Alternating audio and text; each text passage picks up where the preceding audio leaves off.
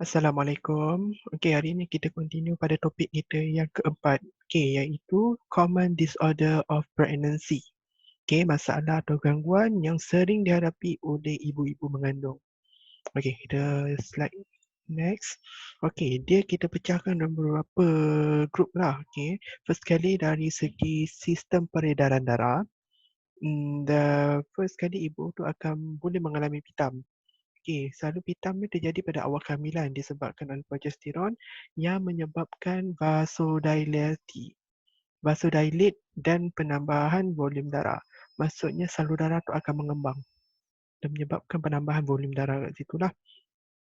Faktor pendorong lain dia boleh berlaku masa ibu tu berdiri terlalu lama, tempat yang sesak, memakai pakaian yang ketat, penat dan tidak cukup tidur.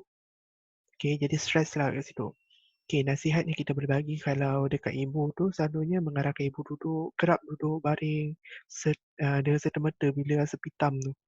Okey, elak daripada duduk dan baring dari posisi, maksudnya elakkan dia daripada baring, lepas tu terus bangun duduk. Kita tak nak macam tu, dia akan mengganggu sistem peredaran. Okey, tidur dengan keadaan lateral lah.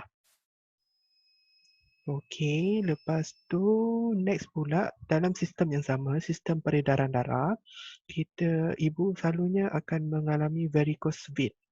Okey, dia terdapat pada kaki dan vulva. Kesan ni dia relaksi dan dilasi daripada vena. Okey, nasihat selalu kita akan bagi ni rehatlah. Rehat, ibu kena kerap rehat dan kaki ke atas. Bermaksudnya kalau baring kita letak bantal, alaskan bahagian kaki tu. Maksudnya kita naikkan, tinggikan bahagian kaki daripada paras dada. Elakkan berdiri terlalu lama. Pakaikan TED stocking, supporting elastic stocking lah. Maksudnya stocking yang ketat tu. Dia ada jual kat farmasi. Elak pakai seluar yang ketat dan kita boleh rujuk doktor lah apabila ibu ni ada masalah varicose vein. Okay, ni contoh varicose vein. Nampak ada macam benjolan-benjolan saluran darah disebabkan oleh ada masalah pada peredaran darah pada kaki lah. Sebab peredaran darah ni kalau ikutkan pun diikut pada tahap graviti. Okay, kaki kan bahagian bawah, jadi kan graviti tu, darah tu dia akan pergi ke kaki laju, tapi dia nak kembali ke jantung lambat. Sebab tu boleh berlaku, sebab tu bila kita baring tidur, kita kena tinggikan kaki untuk dia pergi ke kaki and then dia balik semula ke jantung. Secara normal lah. Okay, next dari sistem peredaran juga, darah juga. Next, dari segi kulit akan berlaku perubahan warna pada laina nigra. Okay, semalam sebelum ni dah bincang lah. Okay, laina nigra ni ialah satu garisan yang berwarna hitam daripada symphysis pubis ke bahagian pusat. Okay, plasma ialah tumpuk-tumpuk pada muka ibu dan payudara lah. Okay, dia akan mengalami gatal pada bahagian abdomen. Okay, nasihat dia macam biasa, kita akan suruh ibu tu atau patient menjaga kesihatan. Okay, dari segi kebersihan, senaman pemakanan pun penting juga. Okay, elakkan memakai pakaian yang ketat, gunakan yang jenis cotton, gunakan lotion. Okay, lotion ni lotion yang pelembap lah. Okay, jangan, lepas tu pruritus vulva lah, itu rujuk pada doktor. Next ialah edema. Edema juga merupakan salah satu gangguan dari segi sistem peredaran darah lah. Okay. Dia akan berlaku di bahagian kaki dan ankle, di pergelangan kaki. Macam saya cakap tadi, sebab dia ikut pada graviti. Jadi selalunya edema dia akan bermula daripada bawah dulu. Pada kaki, lepas tu dia naik pada tangan, muka and then pergi pada sistem dalaman. Iaitu kadang boleh berlaku pada paru-paru. Tetapi itu selalunya selalu berlaku pada patient yang mengalami masalah renal. Itu lain cerita lah. Itu nanti next topik kita akan cerita. Okey, dia edema ni berlaku disebabkan oleh penambahan volum darah dan berdiri terlalu lama. Okey, nasihat dia rehat yang secukupnya dan tinggikan sedikit kaki semasa rehat. Elakkan berdiri terlalu lama. Rujuk doktor jika bertambah di muka atau jari. Maksudnya macam tadi dia naik daripada bawah ke atas. Jadi kalau bengkak tu mengalami di muka, rujuk pada doktor. Okey, ini edema lah. Okay, ini contoh edema. Bila kita tekan pada pedal kaki tu, dia akan tenggelam dalam kurang daripada 2 second Kalau lebih pada 2 second, lebih pada 2 second dia tak timbul, maksudnya itu ialah B3E5 lah. Kita akan panggil. Okey, dari segi sistem digestif, sistem penghadaman. Okey, ibu juga akan mengalami nausea dan muntah, akan rasa loya dan muntah. Berlaku dari 4 hingga 14 minggu kehamilan disebabkan oleh penambahan estrogen lah. Okay, nasihat dia, kita akan galakkan ibu minum air biasa, air masak biasa 6 hingga 8 gelas sehari untuk mengelakkan dehidrasi. Sebab dia kerap muntah kan, kita tak nak dia kurang air dalam badan, kita galakkan dia minum air. Elakkan cecair mengandung kafein, makan makanan tinggi protein, karbohidrat untuk diganti balik nutrisi yang hilang daripada muntah tu. Ambil biskut untuk elakkan kekosongan gester. Maksudnya kita makan sikit lah, makan biskut ke untuk kita elakkan perut tu kosong. Okey. Elakkan dari benda yang berbau dan rasa boleh menggalakkan muntah. Maksudnya kalau kita bau sesuatu tu dia meloyakan, kita jangan. Kalau boleh elakkan benda tu. Okey, kurangkan stres, rehat lebih, elakkan dia mengambil medication tanpa arahan doktor. Bermaksudnya kalau macam muntah-muntah, nak ambil ubat tahan muntah boleh, tapi ikut suggestion doktor. Sebab apa? Patient ni, ibu ni dia mengandung. Jadi kita kena tanya suggestion doktor lah, minta pendapat doktor macam mana. Okay, next heartburn pada hulu hati. Berlaku trimester kedua dan ketiga. Okey, sebelum ni ada cakap trimester tu apa? Trimester kedua ialah daripada 13 hingga 28 minggu kehamilan. Dan trimester ketiga daripada 28 minggu hingga 40 minggu kehamilan. Ingat tu ya. Okey, dia disebabkan kesan relaksasi progesteron. Okey, jadi kita nasihatkan patient makan sedikit tapi kerap untuk kita elakkan gester tu kosong. Okey, lepas tu sebab apa, macam kalau pada hulu hati ni, dia akan, bila kita makan dia akan rasa macam pedih. Jadi kita makan sikit-sikit macam tu, kita galakkan. Tapi kerap lah, sebab apa, kita nak kembalikan balik nutrisi dalam badan. Okey, yang kedua, elakkan mengambil makanan tinggi lemak, berempah dan berminyak. Dia pun boleh menggalakkan lagi heartburn tu pada hulu hati. Minum segelas susu sebelum tidur. Bila pada hulu hati ni selalu dia berlaku pada lepas makan malam. Jadi kita galakkan ibu minum susu. Sebab apa, susu tu bersifat macam dia boleh neutralkan lah macam tu. Untuk bahasa yang senang lah. Okay, galakkan menggunakan bantal lebih semasa baring. Bermaksudnya kita elevate. Kita tinggikan bahagian kepala sebab apa, kita tak nak ada berlaku reflux. Reflux tu maksudnya kita bila heartburn tu pedih, gas tu acid tu banyak. Bila acid tu tinggi dalam badan boleh menyebabkan muntah. Jadi kalau kita nak elakkan muntah tu masuk paru-paru semasa tidur, tinggikan, elevatekan bahagian kepala. Okey, lepas tu kekal posisi tegak selama 30 minit selepas makan. Kita jangan lepas makan terus baring. Dia boleh menyebabkan reflux tadi. Jadi kita lepas makan 30 minit duduk. Duduk ke sandar ke, itu tak ada masalah lah. Yang penting dalam keadaan tegak, bukan keadaan yang flat baring. Okey, yang lain tak ada. Yang next pula berkenaan dengan sembelit. Okey, sembelit pun sama jugalah. Dia progesteron merilekskan otot intestin, menyebabkan memberi masa untuk menyedut air dan mengambil iron suplemen.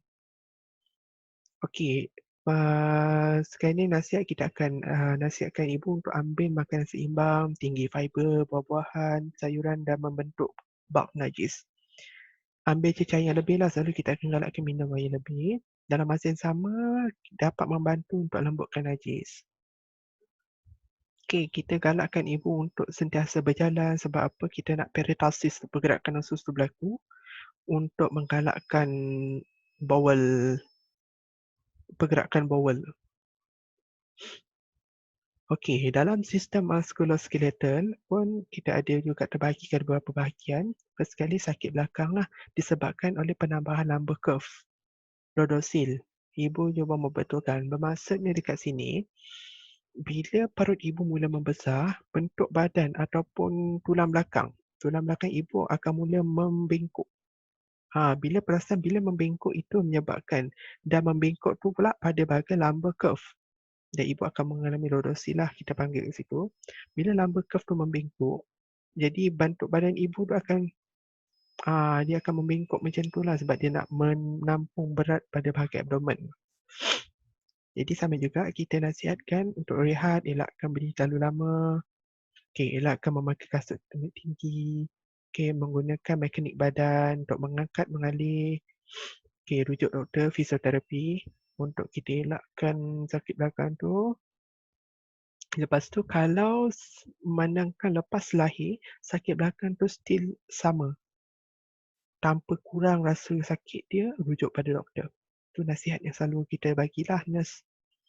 Okey, untuk sistem vaskular lain pula ialah cramp, kejang. Mungkin disebabkan iskemik berlaku pada waktu malam lah.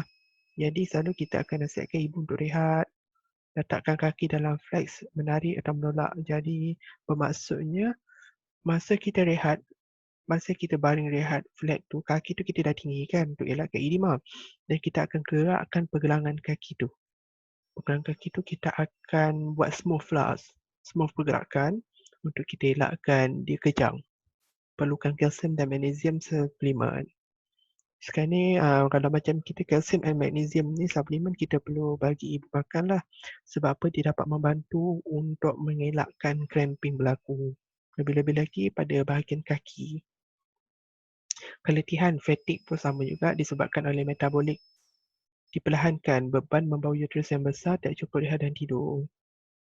Jadi macam semalam ada perubahan organ lah, macam kita dah cerita sebelum ni. Bila fatigue ni akan ada disebabkan oleh perubahan organ.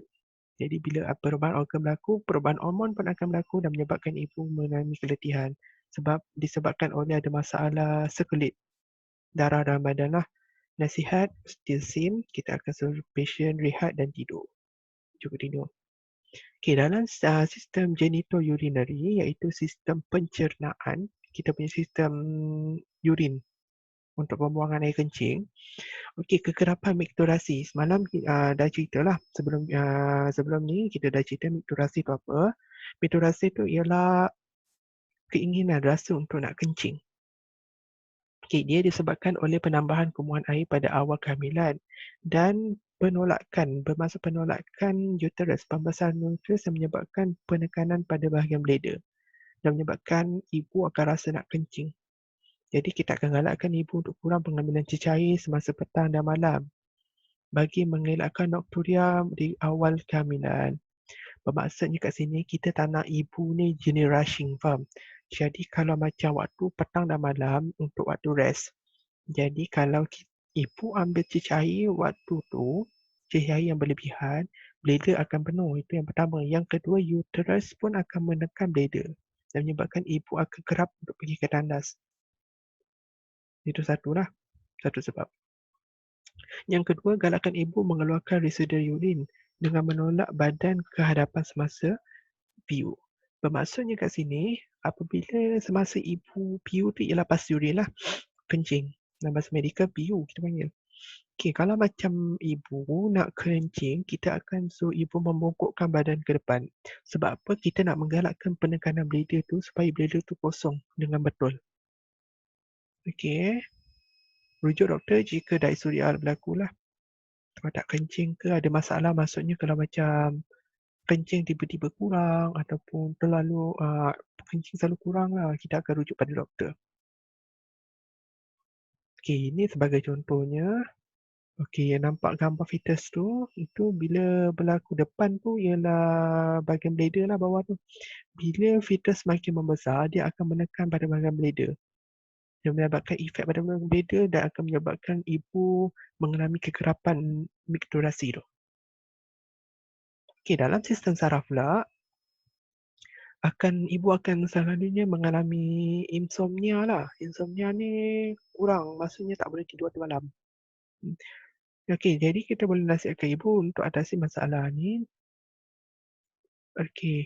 Dengan nasihat tentang gaya hidup sihat, pemakanan senaman rehat. Maksudnya ibu, kalau boleh bagi tahu nasihat ibu untuk rehat penuh di waktu malam. Jangan terlalu kerap rehat di waktu pagi. Apa macam kita juga orang normal kalau tidur waktu pagi, malam tak boleh tidur. Sama je. Jadi macam ibu yang hamil pun sama juga. Boleh rehat waktu pagi tapi jangan kerap. Bermaksudnya jangan terlalu bila rehat pagi tu tidur, no. Sebab nanti kita risau malam tak boleh tidur dan menyebabkan mengalami komplikasi-komplikasi lain lah. Okey, kalau macam contohnya insomnia ni, dia kata okey dalam seminggu dia tak boleh tidur 1 hari. Jadi minggu depan tiba-tiba dia kata dah 2 hari tak tidur. Makin lama makin berlarutan lagi teruk insomnia dia. Jadi kita boleh rujuk pada doktor. Mungkin doktor boleh bekalkan meal sedatif. Sedatif tu maksudnya ubat macam untuk kita relaxkan pemikiran. Ada satu ubat yang akan bagilah. Okey, carpal tunnel syndrome ni dia akan rasa bengkak pada bahagian tapak tangan ataupun tangan lah. Okey, jadi nasihatkan ibu cincin hendaklah dikeluarkan sebelum ketat. Bermaksudnya carpal tunnel syndrome ni akan berlaku pada ibu-ibu yang hamil selalunya. Jadi kita akan galakkan pada ibu hamil ni, kita galakkan kita nasihatkan jangan pakai cincin ataupun gelang. Sebab dia akan maksudnya keadaan tangan tu akan membengkak, jadi akan menyebabkan sukar untuk keluarkan barang-barang kemas. Okey, leukorrhea dan pruritus. Okay, leukorrhea adalah discharge dari vagina berwarna putih dan non-irritant semasa kehamilan. Amal lebih banyak dari non-pregnant. Maksudnya leukorrhea ni adalah discharge, keluaran ataupun satu cecair warna putih yang akan keluar daripada vagina semasa hamil. Dia bukan jenis, dia not irritant, maksudnya dia tak inflame lah, dia bukan inflamasi punya cecair. Okay, nasihat dia kita akan refer pada pruritus kulit. Okay, kita akan galakkan ibu untuk always sentiasa jaga kebersihan vulva, kebersihan dengan air bersih, tentukan vulva sentiasa kering dan menukar seluar dalam jika basah. Pakai seluar daripada cotton lah. Okay, itu saja. Jadi next video kita akan masuk lagi topik berkenaan dengan labor. Labor ni dia maksudnya complicated sikit lah. Sebab ada 3 peringkat dan banyak yang kita kena terangkan lah. Okey, jadi itu saja. Sekian, terima kasih. Assalamualaikum.